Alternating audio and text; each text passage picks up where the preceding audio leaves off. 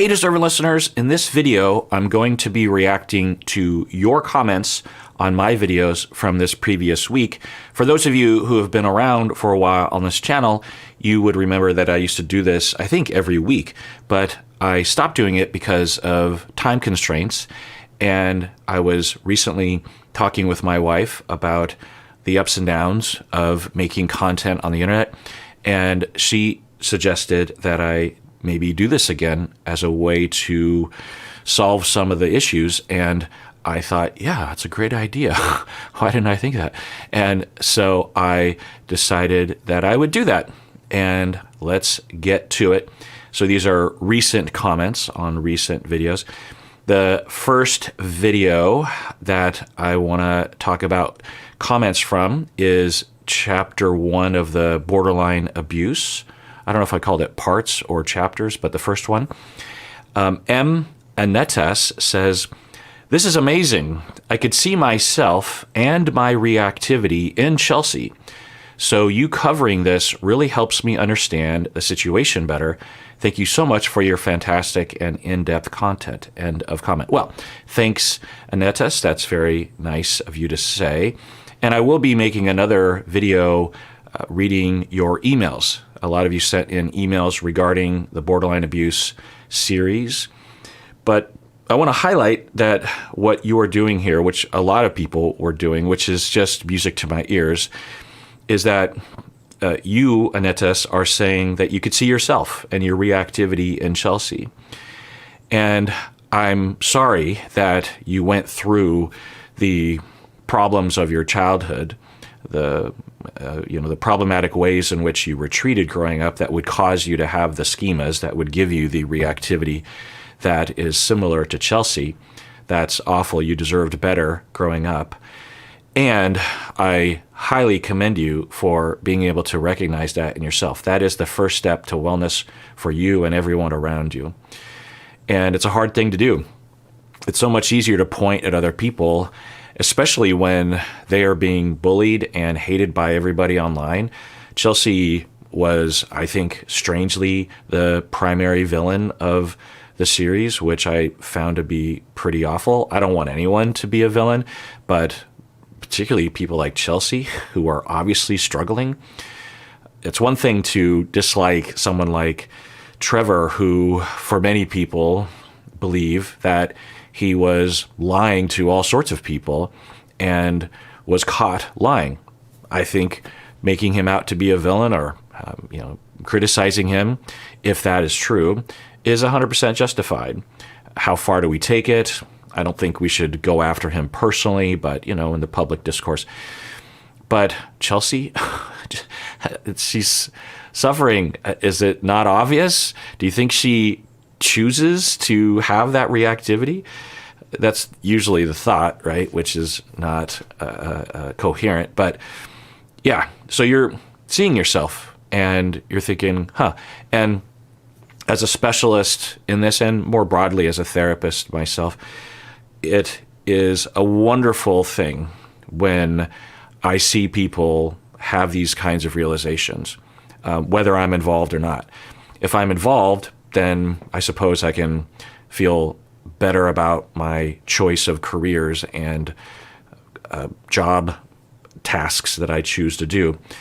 But more than that, I just love seeing people think, maybe I have issues that cause me to have distortions, which cause me to treat other people unfairly. And maybe I should look at that. And having that realization, that moment of clarity, if you will, is the beginning of so many wonderful things. Again, for the individual. We often look at situations like that as if it's shaming the self or admitting that you've been defeated or you've been wrong. That's a glass half empty way of looking at it. The glass half full way of looking at it is now you are given the opportunity to improve your life in some very profound ways. Like in the immediacy, you go to your partner and you say, hey, my reactivity has probably been at times rational, but other times irrational. And I think I was wrong and I'm sorry. That will get so much love from the people around you. I mean, they'll just, thank you. And love, don't we all want that? We all want that, right? The second borderline video, Talk says, this video could not have come at a better time. I've had a lot of conflict with my partner lately that has stemmed from my feeling abandoned. It means so much to me when you say the past and the present get all jumbled up. I'm literally sobbing watching this. Thank you for your insight always, Dr. Honda. End of comment. Yeah, well, Talk, I can feel that. I can imagine that. That sobbing, I'm sure, has a lot of foundation, partly of just the sobbing and the emotion of being seen on some level, seeing yourself. Also the emotion of sadness and guilt. Also the emotion of, I have been harmed and that's why I'm here. Also the emotion of, this is going to be a journey. It's so much easier to blame everybody else, but if it's me, partly at least, there's a lot of therapy ahead of me. And sometimes so putting that aside, Talk, sometimes I will say things off the cuff and think, ooh, I should remember that one, and pull it out every once in a while. And I remember saying that at the time, but I had forgotten it. So you reminds me that I should note that. When I first started becoming a therapist, when this would happen in session, I would write it down, if I remembered, on a Post-it note, and I would put it on my cork board in my office when I was at the agency.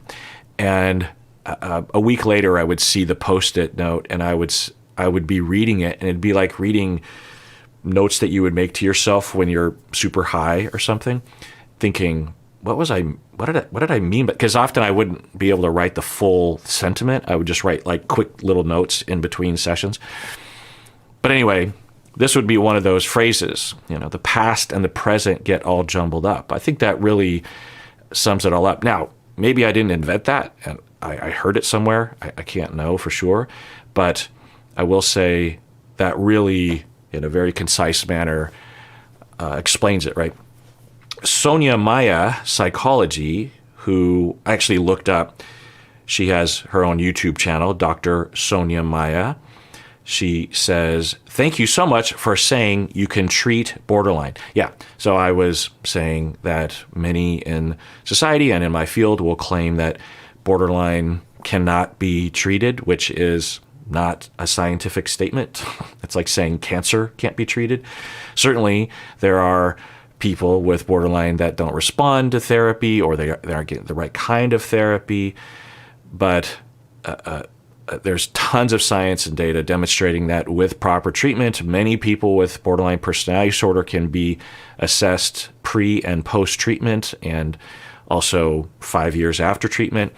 And it is shown through science that with treatment, there are many individuals who will not qualify for the disorder any longer. They might still have minor symptoms in the same way that if you get depression treatment, you can have successful treatment, but down the line, you can still have occasional minor depressive symptoms, but you don't qualify for the disorder anymore. It's the same with borderline. And Dr. Sonia Maya is saying, thank you for saying that you can treat borderline personality disorder. That's so true.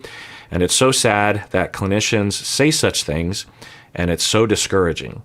I've made great progress with clients with this disorder or similar characteristics. Also, I feel the same degree of yikes when Chelsea said she doesn't want to be with someone who leaves the house for a reasonable appearance or hang. Seemed controlling for sure. Well, thank you, Dr. Sonia Maya on YouTube. I appreciate that, because sometimes when I'm having that reaction, especially when it's counter to stereotype, I worry and experience this sometimes, that people will think, well, Chelsea's not being abusive. And I don't know, I'm not there. I don't know the context. I don't know how each of them are experiencing things, particularly Jimmy. I don't know if he experienced it as abusive, but it was just right down the lane. It was, in a bowling analogy, it was just a strike in terms of the hallmarks of the beginning of abusive behavior and a cycle of abuse. The way she was reacting, it's just classic. But because it's coming from a woman, it will be misinterpreted as, it's just insecurity, who cares? Now, maybe Jimmy didn't feel abused. That's a different question, but it is definitely just right down the middle abusive, especially when you, in that third fight, you add up all of the elements. I mean, it's chilling how classic it was. And if you've ever been through an abusive relationship that was emotional and verbal, which they usually are to some extent, meaning that it's very rare that you would have an abusive partner that only engaged in physical or sexual abuse. It would almost always at least have if not the majority of the overall abuse picture is verbal and emotional. So if you've ever been through that, this would look very familiar to you.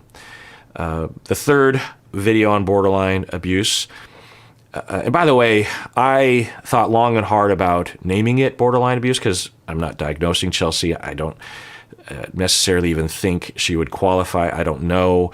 Well, let me clarify that.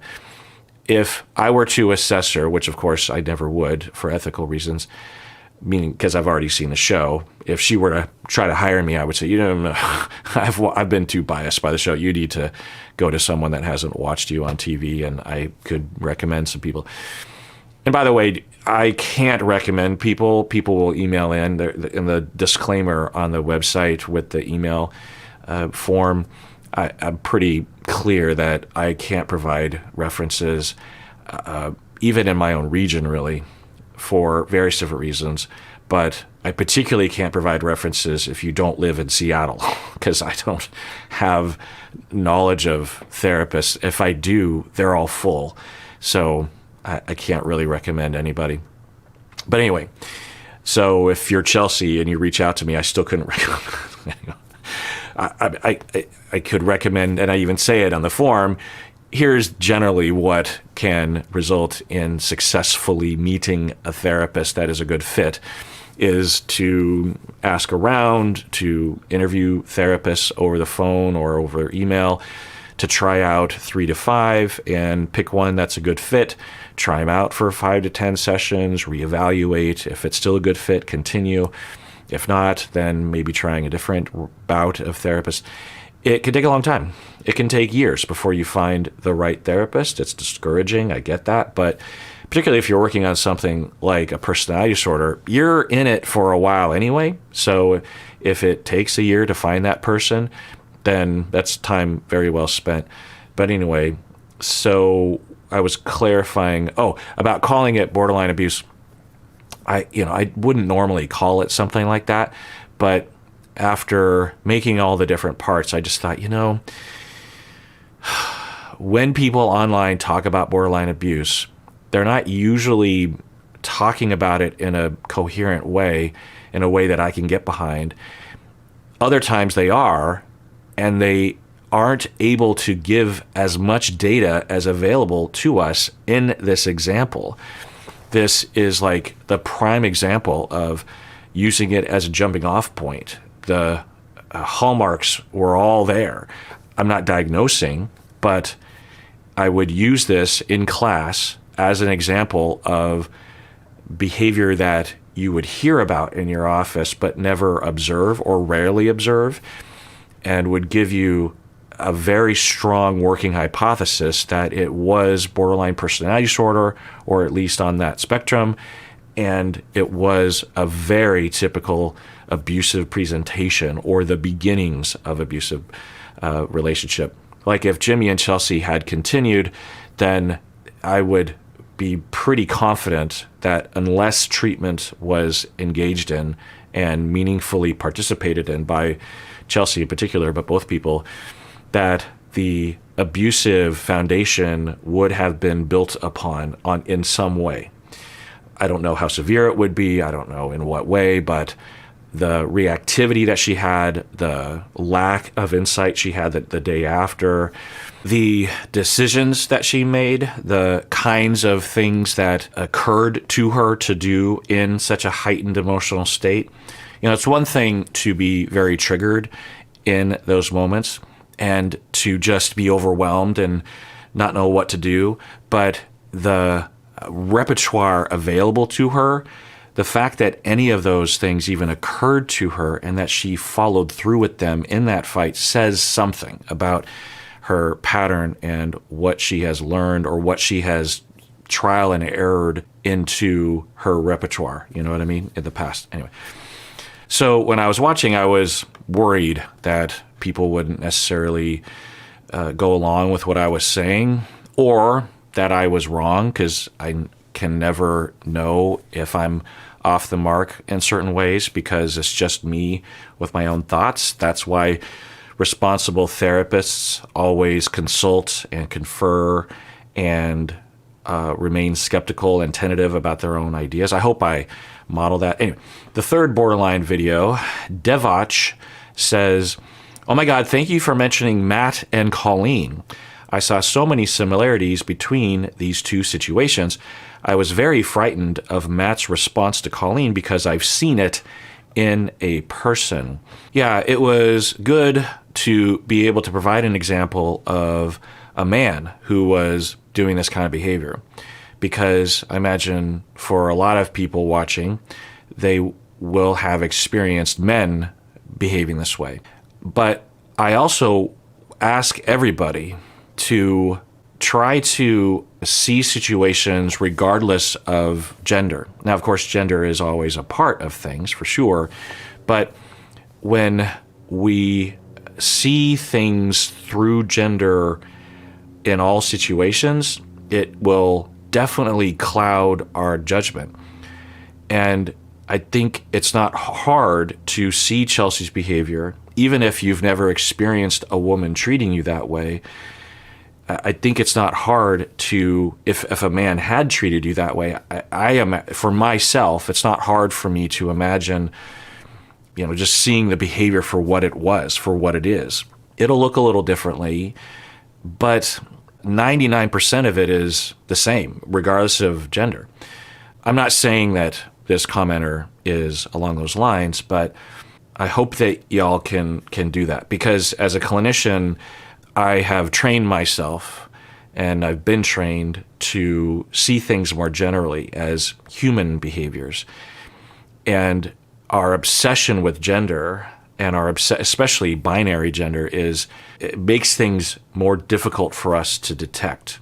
And it will bias us for certain distortions, like if you are a guy and you watch someone like Matt and you're still in that in-group, out-group bias sort of place, then you'll say, well, Matt, he loves Colleen, and there was something kind of weird going on between Colleen and Cole, and so, what are you going to do? And then when Chelsea comes along, the same guy is like, oh my God, she's crazy. And I think that clouds judgment, and I think it will lead to people focusing on things that in the public discourse aren't necessarily constructive overall, right? Anyway, the fourth part of that series, Becca says, "I'm so glad that you were doing this 6-part dive on this fight. I wish I had seen it over 15 years ago, though. Chelsea reminds me so much of a calm version of my wife of 15 years. Chelsea reminds me so much of a calm version of my wife of 15 years. My wife actually has been diagnosed with borderline, and I see so many similarities. After 15 years of marriage, I have 0 friends besides my wife. She doesn't want me on any social media, so this is where it would likely have led.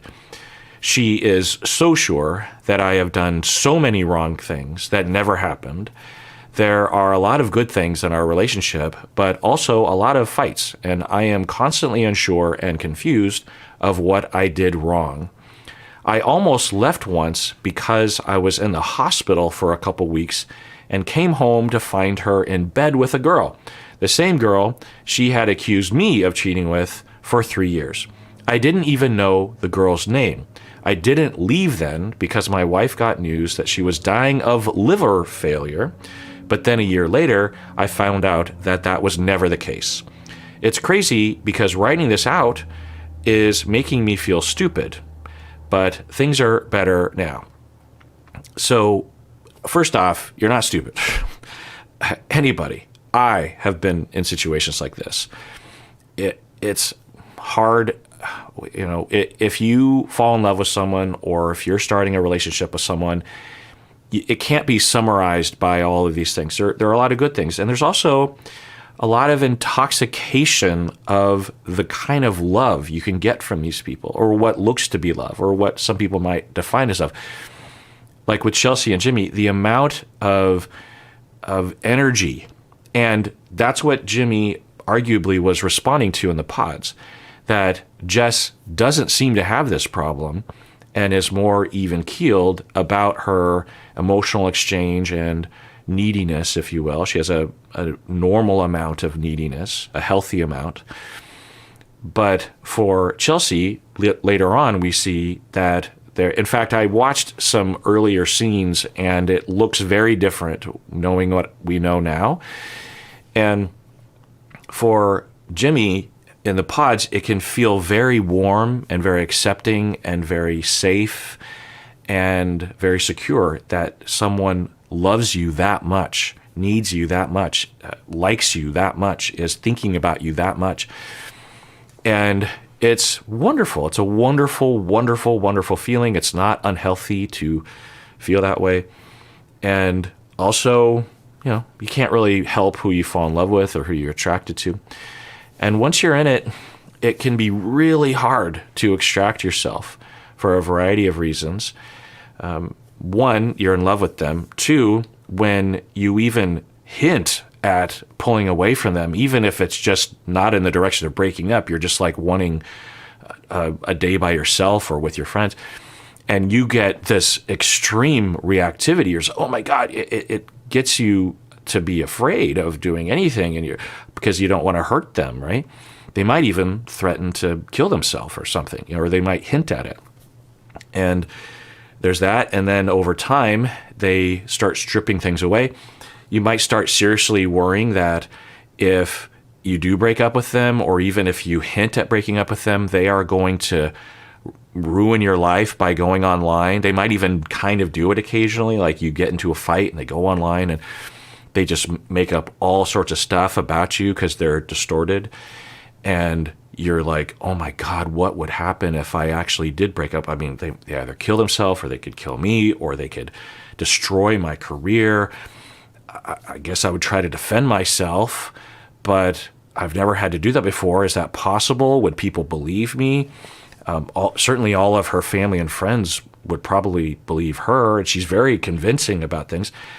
And for people like this, they can sometimes have a history and thus have learned how to do it effectively, how to use social media along these lines. There's some very famous cases along these lines. And it's just another reminder that whenever you hear the accusations from one person, you can't know anything really. And this idea that someone can just go on TikTok and ruin another person's life because they believe or claim that this other person did them dirty somehow is just ridiculous.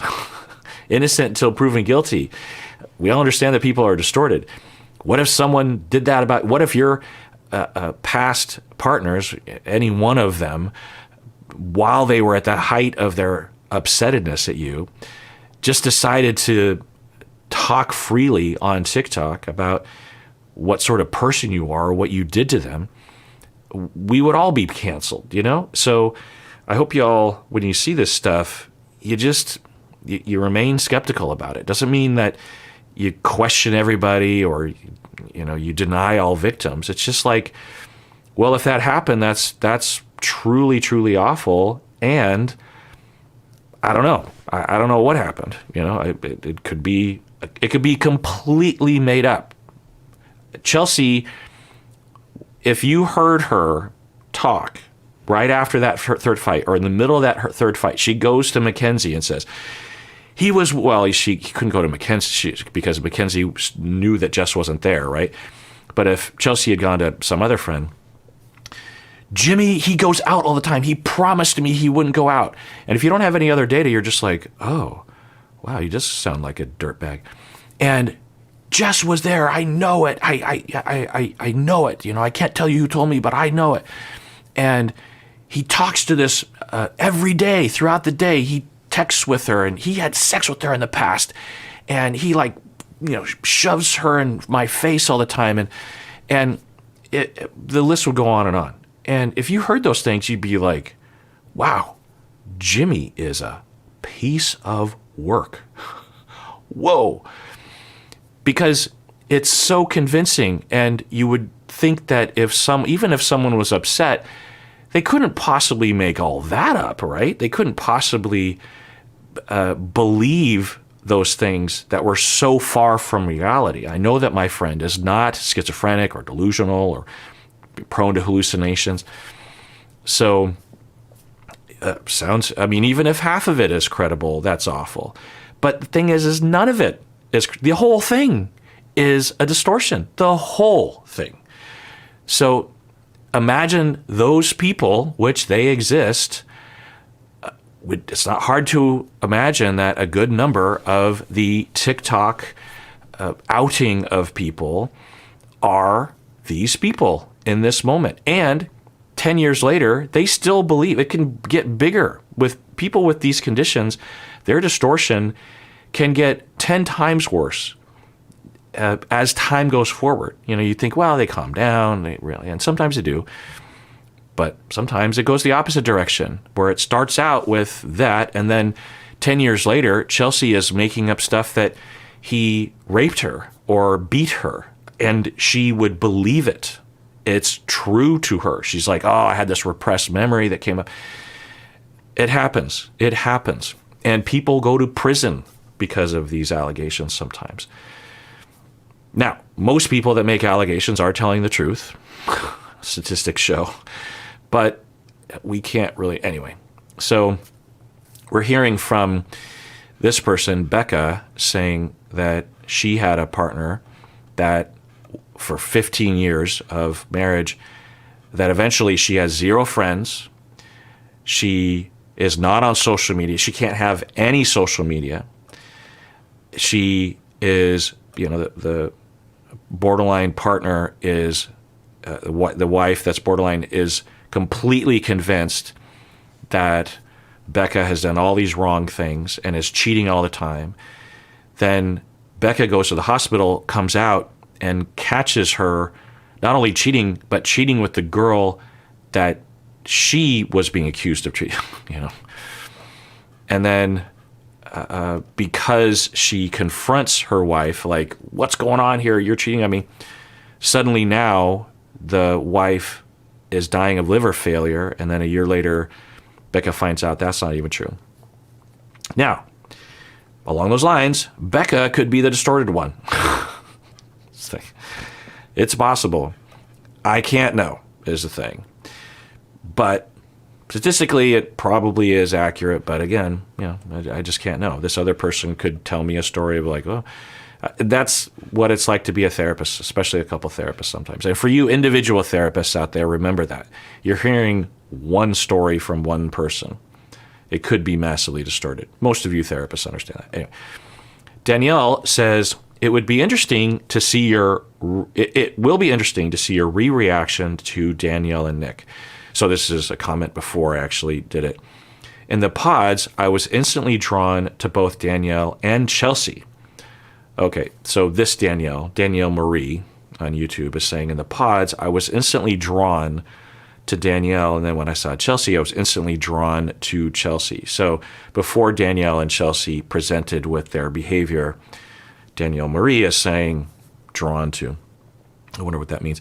I wonder if they consciously are more charismatic at the getting to know you stage, or if it's the way I'm wired. There is a similar BPD behavior in my family. Yeah, hard to know, Danielle Marie. It could be that their charisma is just appealing to you, but it's a pretty good thing to explore as to what your schemas are and what sort of things are familiar to you, what sort of things are associated with love. But in the pods, Chelsea and Danielle, there's nothing overt about their behavior. Looking back, yeah, but there's nothing about their behavior that is indicative, particularly of someone with borderline at all. There's a fragileness, I would say, particularly to Danielle in the pods. There's an insecurity, but there are a lot of people that will exhibit, and Danielle's insecurity manifested in a very healthy way in the pods, from my memory. She was saying that she used to have a weight problem, I think, and is worried about whether or not anyone would ever like her. But she was very sweet. She was very self-aware, and she didn't blame anybody else for her issues. She didn't blame Nick. And Chelsea similarly seemed to handle things pretty well. So, like the fact that Jimmy was trying to decide between Chelsea and Jess, Chelsea handled that, at least in the edit, totally fine. No triggering, no signs of extreme jealousy or anything. If anything, Chelsea came across as very mature and kind, right? She came back to the lounge and she's like, I don't want to say anything because I don't want to hurt Jessica. So, so Danielle Marie, it's not a slam dunk indication, but something to think about. And if you had people in your family that had borderline behavior, then it's something to explore for your own sake. Because if you have these kinds of blind spots or attractions, that could be harmful to you. BB says, "Wow, when my emotionally abusive ex started ramping up, I noticed more and more mentions of me disrespecting him." Yeah, just chiming in. Chelsea talked about that. I've seen post interviews, actually current interviews right now, and Chelsea is still saying that word, disrespect. And I always hope that the therapy works, and of course it takes a long time, but I'm worried. What did he do that was disrespectful? Nothing. He did nothing. The only thing you can point to is apparently post third fight and pre-breakup at the theme park. There was 5 days or something in there, and apparently he lied about going out with his friends and did go out with his friends or something like that. And yeah, that's wrong. Jimmy shouldn't have done that. And I guess for some people that's some sort of indication that he's in general a dirtbag and was always doing bad things or something. But Chelsea doesn't have any data along those lines. And so my interpretation is that Jimmy did a bad thing. He lied. And he was in that zone where he was either consciously or unconsciously 1 foot out the door and was really wanting to blow off some steam or get some advice or have some support. And since his buddies are all frat guys, that's how they get together, is they get together and have a couple of beers. And this whole idea that like going out and drinking is this like horrible, sinful thing, he probably just went to a bar or restaurant or something and sat down with his friends over like a few beers over the span of a few hours. Yeah, and just they had a couple beers and they talked. I mean, what do you think is happening in the bars? Is like, this whole idea of like, oh, he's going. What if he stayed home and had a salad with a glass of wine? And talked with his buddies? What's the difference? And I could be having this wrong, but because I'm not remembering all the details. But the whole point is, yes, that word of disrespect is just classic. It's just a bowling strike of abusive language and perspective. And this ammunition that is used. You disrespected. And that's how it feels to them, right? You are you will respect. I mean, just think about what the opposite is, right? Okay, if I'm disrespecting you, you're demanding that I respect you. Respect you. And, it could mean a lot of different things, right? Respect my boundaries, respect my limitations. I am doing 90% of the housework. You're disrespecting me because you won't do your fair share of the housework. That's a weird way of putting it, honestly, but people have those words in their language. I don't think I've ever used that word when I'm trying to convince my wife to do anything. You're disrespecting me. You will respect me? And it also reframes it as you're in the wrong and you're a bad person. And it very much moves away from jealousy, right? I saw that a clip of Chelsea responding this way, of her saying, I wasn't insecure. I wasn't jealous. Other times she will say she was insecure. I don't know if she's ever said jealous, but in these moments she was saying, I'm not jealous. I'm not insecure. He was disrespecting me. It's a way to reframe it as it's not my issue or a combination of our issues. He's a bad person. He's disrespectful. And that's how it will feel to these. I don't know about Chelsea, but for people with borderline, particularly with more severe preoccupied or disorganized attachment. By the way, I'm going to talk about how I use those concepts all together in the next episode, in which I go over the emails, because some people are confused, because I'll say preoccupied or borderline and they're not the same thing. I'll go over that later. But yeah, this word of disrespect, if you've been abused in this way, you probably heard that word, or at least that sentiment, because it's a controlling word. You posted that picture of yourself on Instagram and your neckline was a little low. That's disrespectful to me. Or you're disrespecting yourself. It's ugh. And Chelsea was right down the middle of that. And this whole idea of like him texting with his friend who he happens to have had sex with at some point in the distant past, probably, that's disrespecting me. Now, as I said in that series of videos, if she had said, hey, I'm glad you're friends with her, and I don't think that you're going to be having sex with her or you're going to cheat with her or anything, but when I see you texting with her all day long, I don't know, since you did have something with her and our relationship is so new, it makes me feel insecure and worried, jealous that you don't really love me. There's no evidence of that, and I'm not controlling you, and you don't have to do anything about it, but I just thought I'd tell you that. I am pretty sure that Jimmy would say, oh, well, okay, how can we fix that? Because I don't want you to feel insecure.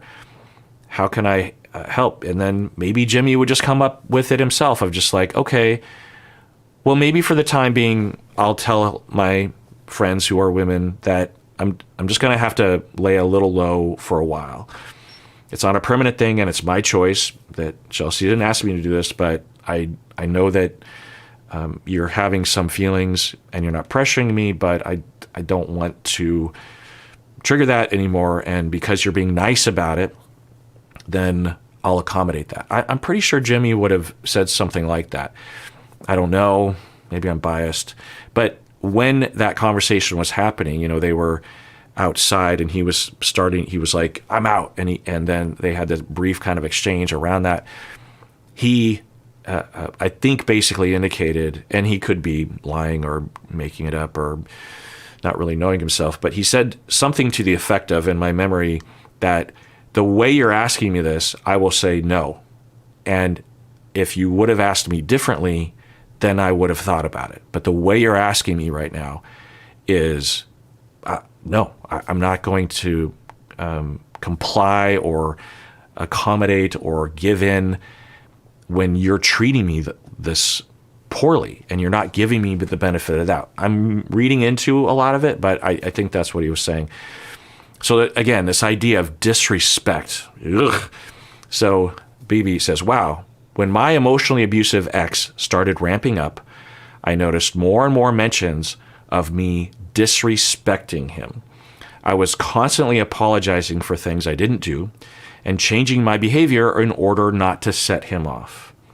The triggers became smaller and smaller until I felt I couldn't speak freely or do any of the things I loved without hurting him somehow. Yeah. In the end, even me being quiet became a problem. It's impossible to solve this problem. I can see the exhaustion in Jimmy's eyes as the circular arguments go on and on. I understand now this was never my problem to solve in the first place. End of comment. Yeah.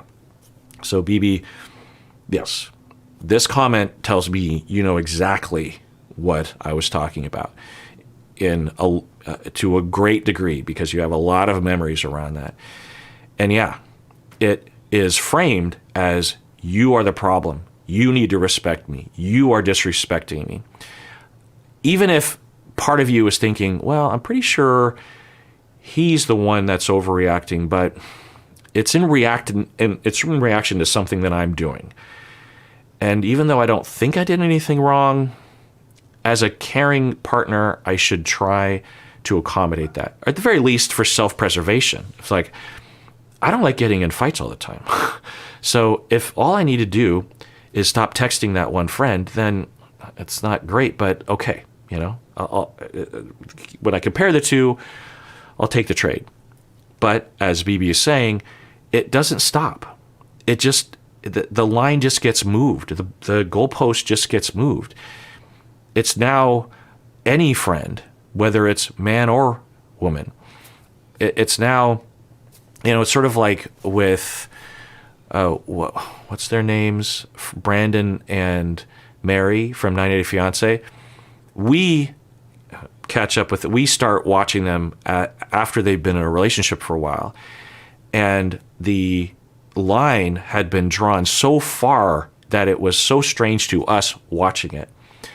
But to Brandon, he probably started out with little goalpost movements, right?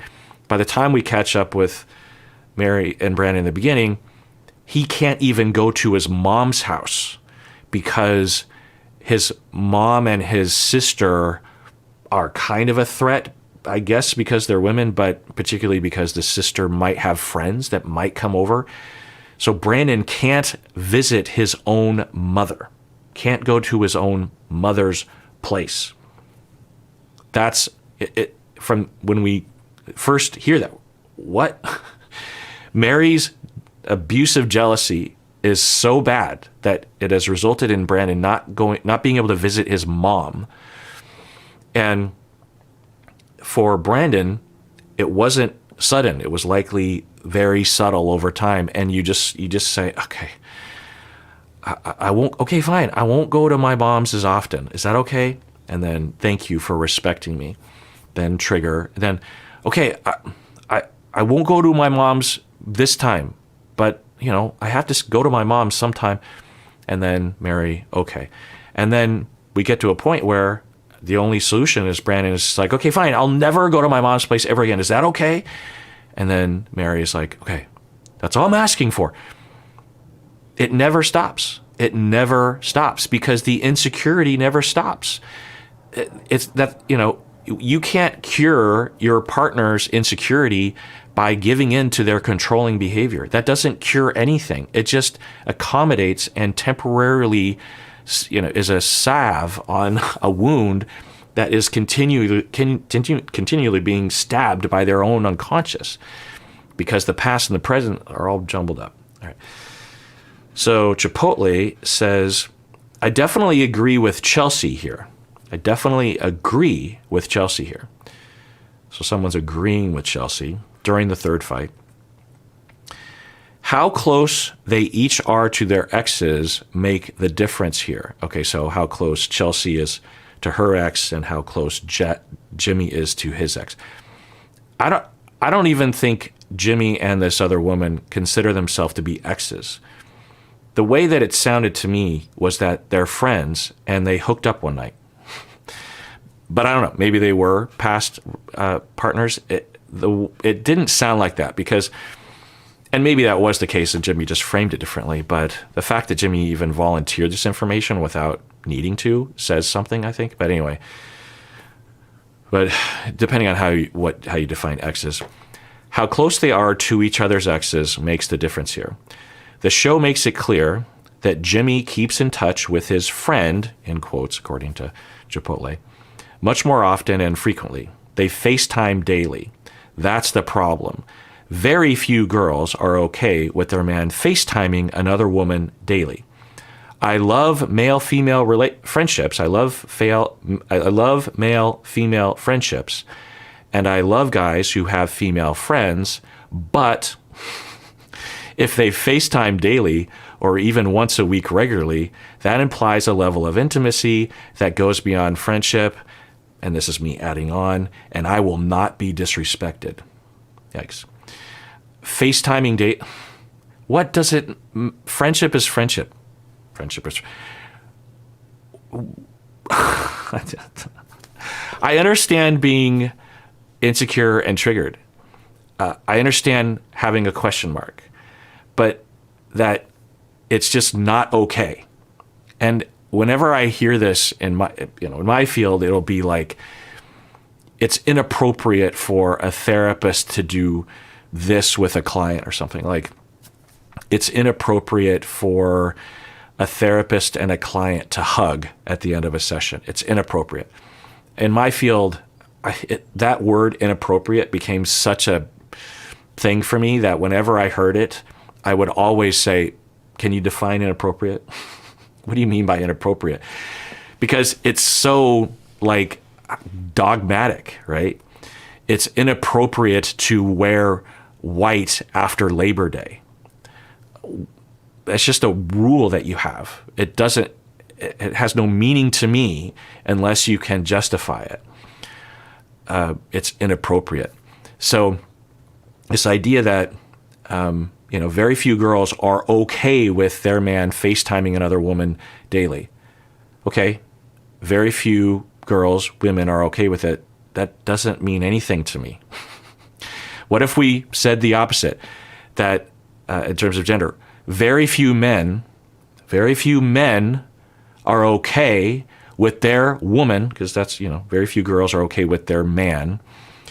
Very few men are okay with their woman FaceTiming with another man daily. How does that sit? Hopefully not okay. You can express your concern. You can say, hey, what's going on? You can say, even to the other woman, what's going on? What's your intention? Let's talk about it. I have these insecurities or these worries. Or, hey, husband, could you maybe slow that relationship down a little bit? Or can you FaceTime with me every day? Can you talk to, I want to be at least as close as you are with this person, if not closer. Or I don't know what's going on, but I'm feeling insecure. I'm identifying this other woman as the problem, but really it must just be I just don't feel very close or secure in our relationship. So what's going on there? Let's work on that. Because if you were totally secure in a relationship, then nothing can threaten that. Nothing can get, if, for example, me and my wife have a pretty secure relationship, and if I were to do something way beyond FaceTiming with another woman every day, if I were to, I don't know, go camping with another woman, which would be weird, but let's say I did, I am 99.9% sure my wife would be like, okay, because my wife knows I'm not going to do anything because our relationship is strong.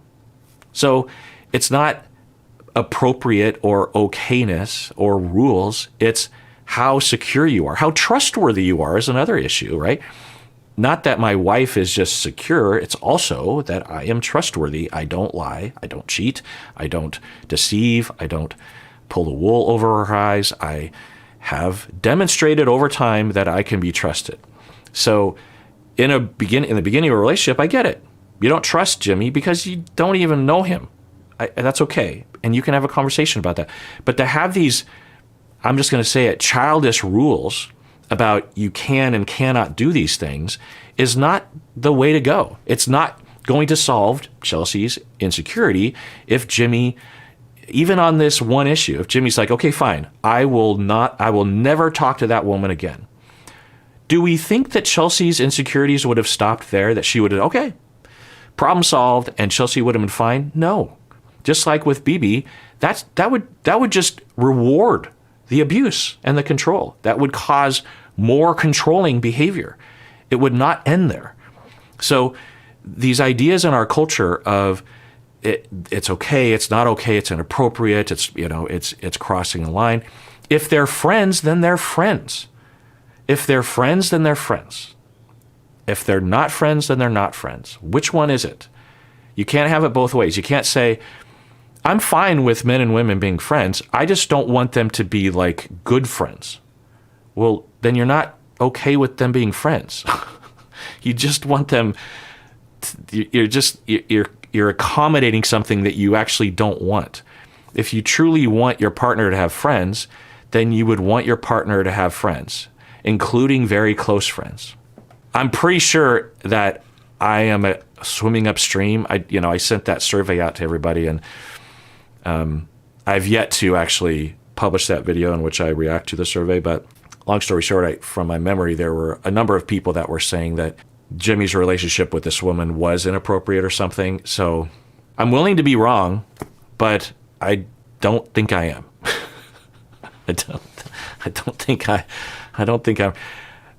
I'll say it again.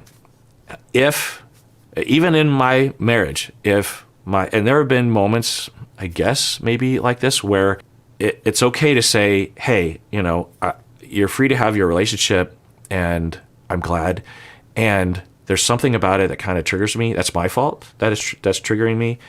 So if you could take that into consideration, it'd be nice. That's okay. You can have that conversation, but you can't say, I'm not okay with. You can't say it's inappropriate. You can't say that's wrong. You can't say respect me. Ugh. Now, I'll also say that if two people want to have a relationship in which they both have that rule for each other, and there isn't any coercion or imbalance there, that's okay. That's their choice. They can say, we have a religion or a cultural value or a decision amongst ourselves that we are not going to have those kinds of relationships with partners of the opposite sex. That's okay. Those are voluntary choices that two people enter into. That doesn't make it wrong. It just means that they're doing so voluntarily without coercion.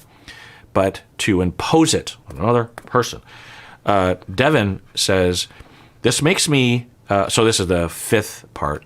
Devin says, this makes me feel so seen. My husband suffers from complex PTSD, and he has been through a ton of therapy. And now he is a wonderful, incredible husband and father. But this looks so much like the first few years of our relationship. It's so hard not to argue with the delusions and the accusations. End of comment. Yeah. So this is another concept that is related to everything I'm talking about in terms of whether borderline, we're talking about that, or we're talking about preoccupation or disorganized or complex PTSD. There's a lot of overlap there. They're different concepts, but we can add that to the list of, I don't usually use that term complex PTSD because I don't find it to be particularly useful. It's a thing, of course, but I'm going to do a whole deep dive on complex PTSD, and a part of that would definitely be making delineations between what borderline is, and it's also an emerging delineation in our field. Complex PTSD wasn't talked about very much until the last 20 years. So in the literature, there isn't, in my viewing, particularly in published things like on Psychology Today, this kind of stuff, the line isn't very clear. In the research literature, they are trying to define them. Essentially, there's a school of thought that you have borderline at the most severe, you have complex PTSD, which is, and then at the bottom you have PTSD. So Complex PTSD, you have all the PTSD symptoms plus some other symptoms. And then with borderline, you have all the complex PTSD symptoms plus some borderline symptoms. And anyway, I did a whole episode on that a while back. I think I call it Borderline versus Complex PTSD versus PTSD. You can watch it or listen to that. Anyway, but yeah, for Devin, you're saying that in the first few years, Devin looked a lot like Chelsea, and there were delusions and accusations, and it was hard to deal with that. But because he went through a ton of therapy, now he's a wonderful, incredible husband and father. And I'm glad that you're pointing that out, that this is workable if the individual works on it and admits that they have an issue, or at least has a question mark. Maybe I have an issue. And has maybe someone like Devin in their life that can stick with them through that. Roth says, it's very healing to hear you describe the intense terror this behavior can cause. It feels irrational looking back with emotional distance, but experiencing it can be so scary. End of comment. Yeah. So I believe what Roth is referring to is how with people with borderline and other personality disorders as well, that there can be this eerie, unnamed doom feeling or terror feeling that a lot of people will experience, including therapists, including myself. And it's weird because you think, what's happening? Why am I reacting this way? Once you get used to it, like I have a pretty quick, because we have to evaluate these things as we're interacting, right? You're trying to have a conversation. And if you're a therapist, you're trying to assess, because that's usually in the beginning. And in the little in-between moments of the conversation, you'll have these little indications of something, and you have to get a lot of work done in a very short amount of time. And the only way you can do that is if you're very practiced and you have a very robust understanding of the feeling and what to do. You can't figure out what to do in the moment. You have to figure out pre the moment and then know the moment is happening and then enact that pre-plan or that general guideline. It's similar to soldiers in war. When they're being trained, a lot of it is trying to make things automatic, just muscle memory, so that in the moment they don't have to think, they just act, right? Well, the same goes for therapy. You can't rely on every situation giving you the time to think through. You have to have a lot of things be muscle memory. And that feeling that I would get for many years eventually became muscle memory to me, where when I have it, I'll be interacting with someone outside of the clinical office and I'll get that feeling. I don't know if that's what's happening, but it is so familiar to me that I'll say, oh, what's going on? And in between the little moments of the conversation, I'm able to go, okay, what's the plan? Well, the plan for me is to take note of potential landmines that I might step on, which will cause the other person to be triggered and will cause them to target me. So I will become very careful in my communication. Now, it could mean that I'm just having a digestion or there's something else about the person that is causing me to have fear, but better safe than sorry. In fact, eventually I adopted the policy, and I would teach this to my supervisees, that assume every client has a cluster B personality disorder until proven otherwise. Because if you don't, which happened to me many times at the beginning of my career, I would step on a landmine and the client would either blow out of therapy in the beginning, like in the first 5 sessions or the first session, or I would be suffering so greatly because of the fallout from those landmines being stepped on that it would ruin the job for me or cause me a lot of physical and mental, struggle. So what I would do is I would just say, well, the person doesn't have any hallmarks of any cluster B personality disorder, but I've thought that before. So just assume that they do until they, or not assume that they do, but assume there's a possibility and react accordingly. And there's a much more careful approach as a therapist that I will engage in until I am pretty sure that the person doesn't suffer from anything in that category. And so I can kind of let my guard down a little bit and act more freely, if you will. This isn't to say that when I'm treating someone with borderline, I can't act freely. It's a different sort of freedom, I suppose. But anyway, so yeah, it can be a very intense feeling.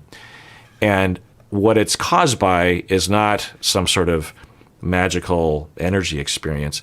It's that we are very good at detecting as organisms when we are in danger. And there are cues to the communication and the energy and the sort of things that are being said that are telling us that we're in danger, but are not consciously available to us in terms of the analysis.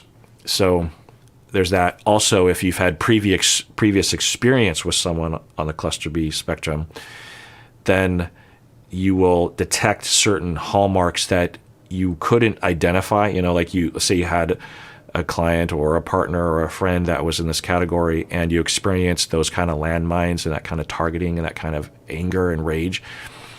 And you narrativize that situation in a certain way, but there were a lot of things that were happening in association with that behavior that you didn't consciously register, and thus it's not part of your narrative, but it's part of your memory and associations. Someone comes along, presents none of your conscious narrative, but does present with the behavior that you definitely registered as memory associated with that behavior, and it causes triggering. Coral says, and I want to be clear, not everyone with borderline will do this. And when I am watching my P's and Q's with someone that has borderline, is suffering from borderline, it doesn't really affect me that much because I can frame it. I can say, okay, everything's fine. You're just experiencing that danger response. In some ways, it's a projective identification. They're actually terrified themselves frequently and are projecting that into other people. Anyway, Coral says, personally, I'm finding it very difficult but important to watch this series. The problematic patterns you're outlining in Chelsea are definitely recognizable in a past version of myself. So this is another person that has a lot of self-awareness. I've done a lot of work since then, and I like to think I'm pretty emotionally healthy now. Through watching Dr. Kirk for years and from therapy, I've already had to reconcile with and address the fact that I was abusive. That's good for you, Cora. I'm sorry that happened, but I'm so glad that you can see that. But I'm now even wondering if I had some degree of borderline personality disorder. I don't know if that's a ridiculous consideration because I never got diagnosed or treated for any personality disorder, but everything you've described so far about borderline definitely resonates with some of my past experiences. End of comment. Yeah, I can't know. Obviously, there are a lot of, one of the reasons why I was using a lot of language like preoccupied or borderline was because what was being presented to us was if Chelsea would be diagnosed with borderline, the kinds of behaviors that we're seeing were the preoccupied side of things, not the disorganized side of things and not the non-preoccupied side of things. So it's an element there. But there are a lot of other elements to borderline personality disorder that aren't being presented on screen for us. Yeah. But yeah, there are many people that are probably in your shoes, Coral, who recognize that in the past they were abusive, and watching Chelsea and then watching my reaction would say, oh, wait, so I know I was abusive, but was I also borderline? Or at least on that spectrum? Yeah, it's possible. It's possible that your therapist, if you went through treatment, even saw it that way, but just didn't tell you that because they didn't think it was necessary, or they didn't go down that road of assessing for that in particular, and things were going well enough as it was. Anyway, April says, I've heard that people with borderline can have temporary psychosis. So they're referencing a particular moment when I was talking about how, originally with borderline, they were using that word borderline to mean borderline psychotic or borderline schizophrenic because of the distortions. And April saying, I've heard that people with borderline can have temporary psychosis. how do you tell when this is happening versus normal borderline rage, is her phrase. Yeah. So in a nutshell, and you listen to my whole deep dive and all the other stuff I've been talking about with borderline, but borderline personality disorder is sometimes described as being characterized by temporary psychosis. That's not how I would say it, but it is something that you'll hear. And in my experience, these clinicians are referring to one of two different things, and they don't always clarify which one it is. And by context, I can usually figure out which one. But one, they are labeling the distortions as delusions. And this is okay for me. I don't use that language. I would just say distortions. But at least I think most of the time. Like, for example, I've talked about how I had this client who was 100% sure that I called her a piece of shit. Like, she was 100% sure. And even after going over it many, many times, and her partner saying, he never said that, honey. I was there. He didn't say that. Even then, I could only get her to be about 50% sure that I didn't say that. So she was still pretty sure. And maybe even to this day, she's just like, yeah, I'm pretty sure he called me a piece of shit. You could call that a delusion. I would call it a distortion. But so when they talk about temporary psychosis, they could be referring to that, which I think is, at least conceptually, cromulent. Is that a word? Sometimes I wonder if there's just like a Star Trek word or something. Anyway. But the other usage of the word temporary psychosis when it comes to borderline is when people are under extreme distress. Anyone can experience hallucinations or delusions. For example, someone suddenly loses their job and somehow they lose all their money or something, and they're under severe stress and they can't sleep at night, and they start to have temporary psychosis. They start to believe that their former boss is working with the CIA and monitoring their mind or something. And for people with borderline, they can experience severe distress and can thus have a temporary delusion, not because it's a hallmark of borderline, but it's just a hallmark of stress in general. So there's that. But I think another usage that they will use is that they will think that because borderline, maybe more so in the past, was described as being related to schizophrenia, that people think of it as actually a psychotic disorder. Some people do. And will think of the whole symptom presentation as like they have delusions and they have these sort of bipolar emotional outbursts because they don't understand the foundation of it, or they're just misdiagnosing someone with borderline who actually does have mild schizophrenia. Anyway, so that third usage I don't adhere to. That is an old one. That's kind of how I was taught what borderline was, and it took me a long time to absorb the majority opinion in the literature and also my own experience. Anyway. All right, so that's all the comments from the borderline abuse series thus far, as of the time I'm recording this. Going on to other Love is Blind videos. So this was the number 48. That was called Concerns. And Smell My Knee had a comment that says, I wish I could live in a beautiful, flowery, everyone is good person life like you. What Smell My Knee is saying is that I was proposing that I believe that people are good, and I can't prove that. It's just my belief and my faith in humans. And Smell My Knee is like, I wish I could live in a beautiful, flowery, everyone is good, life like you are. They say, I really do. Meanwhile, I have no hope in anyone. I've gotten to the point where I'm not even interested in interactions as much as I used to be. People don't intrigue me anymore. I'm silently judgmental and hateful. How did this happen to me, and how do I fix it?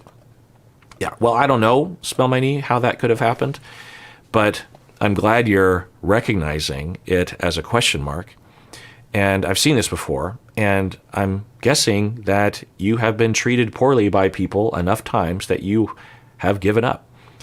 You see this in dating. People will be open to dating, and then they have 7 bad dating experiences, and they just women in this town are ridiculous. They're all terrible. They're all just like looking for some rich guy, and so I give up.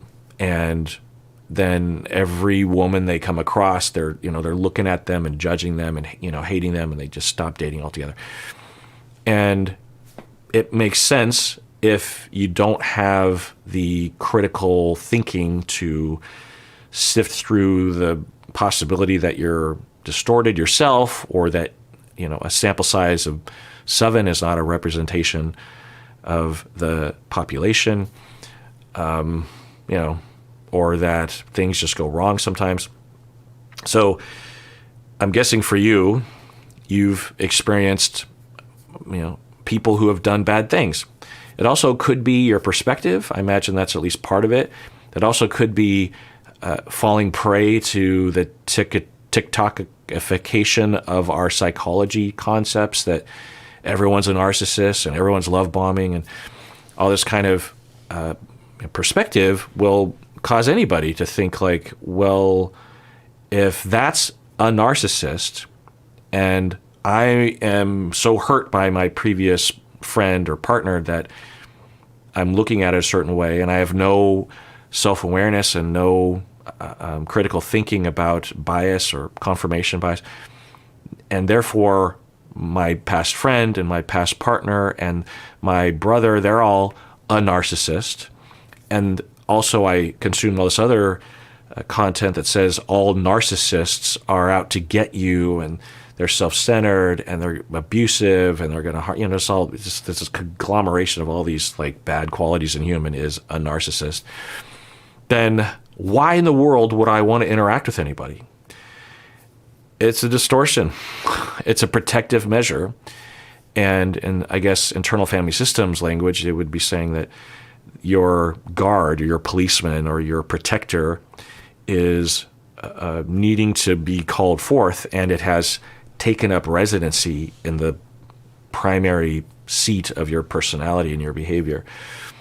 So the way that you fix it is to go to therapy and evaluate it, to heal, and to check yourself regarding your own assumptions and automatic thoughts and the way you're framing things, and to have positive experiences with people such that you can believe, again, that people can be believed in. Another video, number 52, Love is Blind. This is about Clay, following Clay off a cliff. Andy says, the way AD's mom talks. So yeah, I was asking, I think, or at least thinking about, is it just me, or does the way AD's mom talk to AD in this scene feel not the best? AD seemed to be responding well enough to her mom, but at the very least, I think I was saying, if it were me, I would not want someone to support me this way. This kind of like, I don't know, this kind of just a lot of pontification at me instead of just listening and supporting and allowing me to figure things out. So Andy says, the way AD's mom talks seems very grandiose and exaggerated to me. I don't know if I'd use those words, but okay. She's kind of hyping her up. I didn't think she was very helpful. She bulldozed over AD's feelings, as Dr. Honda stated.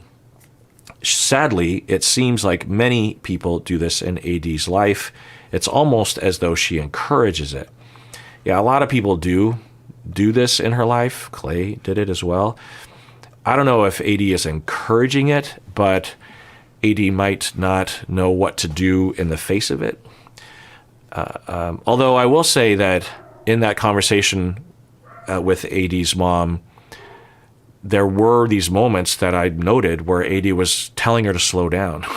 So I think she's trying, Zachary says, as an editor, so in this episode, I was wondering about that camera angle that got the mom's butt as she was standing up.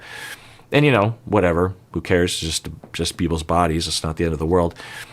But it did was the straw on the camel's back, where I was just like, is something going on this season? And I was wondering if I was just seeing things. And Zachary was saying, as an editor, Zachary is saying, I'm an editor. I have missed uncomfortable camera angles. So they're editing in the editing bay and let certain uncomfortable camera angles get included, and then later someone will review or they'll see it on TV and go, oh, why did I leave that in?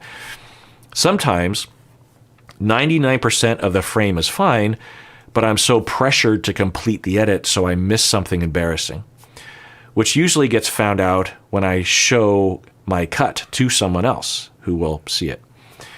But this is how coffee cups end up in scenes on Dragonstone. Yeah, so if you're not aware, Game of Thrones, there was a Starbucks cup that was left on a table during a scene of Game of Thrones, and you're thinking, one, how does that end up in the shot? Two, how do you not notice that in the editing bay? And yeah, you're on a time crunch, and as an editor myself, because I edit all these videos, and I've been editing even before I was a content maker. I liked to make home videos for my family and stuff, and I got really into editing. That's basically one of the foundational elements that, when I became a podcaster, it just, those skills, and I self-taught. I didn't know what I was doing really, but anyway, I can relate to that. And also as a musician, when I'm recording a song or something, that you become blind to certain elements because you've heard it too many times. Like with music, it's a well-known practice that as you're editing and mixing, that you want to put it down and wait like a week and then come back to it with fresh ears, and then you'll hear things or, whoa, what's going on? I mean, sometimes that'll happen with this podcast, that I will listen. It happened to me yesterday, actually. I was editing this one episode, and it was an audio episode, and I was dialing in the EQ and everything, and then I thought it sounded great, and then I mixed it down, and then I was reviewing it for some reason yesterday, and it was edited horribly. The compression was too high, the EQ was too weird, and the balancing between me and the guest was bad. I bumped the guest up way too high. It just sounded like we were screaming. And so I was like, oh my God, thank God I came across this. So I dialed back the compression and, worked on the EQ and brought the volumes down a little bit, and then it sounded great. Why didn't I hear that when I was editing it? Well, our brains become habituated to certain things, and we can't really hear it objectively anymore. So when you're editing, I'm sure that happens. And yeah. So Zachary says, but maybe they should have been more considerate and not included some of these angles. And I don't know. Maybe the mom's proud of her butt, and she's like, oh, I'm glad my butt made an appearance. We can't know. Just having a butt shot in a TV show, we can't assume, and it's body shaming to assume that anyone would be like ashamed of their butt or something, or that they would think of it that way. So we just have to wonder if the individual, maybe she said, how come there's no shots of my butt? And you need to put more butt of in the thing. We can't know. It's the same when we were watching Queer Love, and I was thinking, wow, they're showing a lot of like what I thought to be pretty explicit sex scenes. I'm fine with it, but it was notable, and I wondered if it was ramped up because it was the Queer Love version, and traditionally women, and particularly women on women relationships, are much safer or even desired by the male gaze, the gaze of men. And I was like, what's going on? I don't know. And also maybe all the individuals, or at least hopefully, are okay. Maybe even celebrating it. Like that. That I'll just never forget that one shot of Xander and I can't remember their partner's name, but they were having sex during the day, so it's well lit, because there's the night cam, but this was like, I think, regular cam, and they're under a thin sheet, and you know exactly what's happening. It was at the pinnacle of arousal. It wasn't like in the beginning. It was like towards the climax in a lot of ways. And I'm thinking, oh, okay. Ooh, hopefully they're okay with that, but they know they're being filmed. So we don't know, but I did have a question about what Zachary is saying is, you know, as an editor, I've mistakes. Also, my contact on the show watched the video, reached out to me, and she said that she didn't think that the editors were doing anything purposely along those lines, and that it probably was that they just only had a couple angles. You know, what she was saying is in that scene, there were only 2 cameras. So you only have 2 options when you're trying to construct the edit. And maybe that was just the best that they get. I mean, I don't think that is the most convincing of arguments, because if, for example, an editor was like, you know, we don't know about this butt shot, so let's use the other angle, even though the other angle isn't ideal. Or you just skip forward and you have the mom post butt up and now she's working her way around. You know, as an editor, I know that you don't have to have every microsecond accounted for in a scene like that. But, you know, who knows? I would just love to talk to the editors, and for this would be low on the priority list, honestly. There would be other things like with Jackie and Marshall, that kind of stuff. And Josh, I would have, if they could be honest with me, I'd have a lot of questions about what's going on there. So the last video to review the comments on is Natalia, number 13. SRM says, I think Christine's intent, so, you know, Christine, the mother, I think Christine's intent when she offered Natalia up for a date with Freddie, so remember that Freddie claims that Christine was saying, hey, you want to go on a date with Natalia? I think Christine's intent, and because I was wondering, like, what is happening here? Because the way it looked was, is Christine like a sex trafficker? And is forcing Natalia into some sort of sex traffic? Like, what is happening? So they say, I think Christine's intent when she offered Natalia up for a date with Freddie was to build evidence for the case that Natalia was an adult. I think a lot of things she did were for this reason. Yeah. After reading this comment, I was like, oh, yeah, that's the most likely answer. Because there wasn't any other behavior that we heard of in the allegations that pointed in the direction of sex trafficking. And there were a lot of indications of this. And given what looks to be the picture for Christine, that the kinds of stories that were told from Christine, when we look at them in this new light, it looks like very bad decision making. Like, there were ways to, because, you know, what Christine wanted was to get rid of Natalia. She didn't want to have Natalia as a kid anymore, it seemed. And there's ways, and also wanted to preserve her own reputation because she was trying to become this parenting god of some sort, and it was stroking her ego. And so she needed some way out. And there were so many other options available aside from these very strange strategies that she was using. You know, you could watch the videos for more of that. And so I could, you know, given all of that, you could imagine that this very strange strategy could be along those lines. So anyway. All right, well, that's a comments video. It's kind of fun to do that. I was thinking I might do this every so often, maybe particularly when I'm publishing a lot more stuff, because there's a lot more comments. So there's that. Let me know what you think in the comments. Maybe I'll react to that. And everyone out there, please. Oh, and by the way, I do read a lot of the comments. I can't read all of them, but I read a lot of them. And I just want to say thank you. You know, most of the comments are really nice and positive, and respectfully having, or in a kind way, in an empathetic way, furthering the conversation, offering things up, and it's just great to see. As I said before, the comment section on this channel is I've never seen a nicer, more supportive, more emotionally healthy, more mature comment section. I'm not saying there aren't others like this, but I've never, ever seen another area on the internet that has you in it, the kinds of people that you are. And that does it for that episode. And everyone out there, please take care of yourself because you deserve it. You really, really do.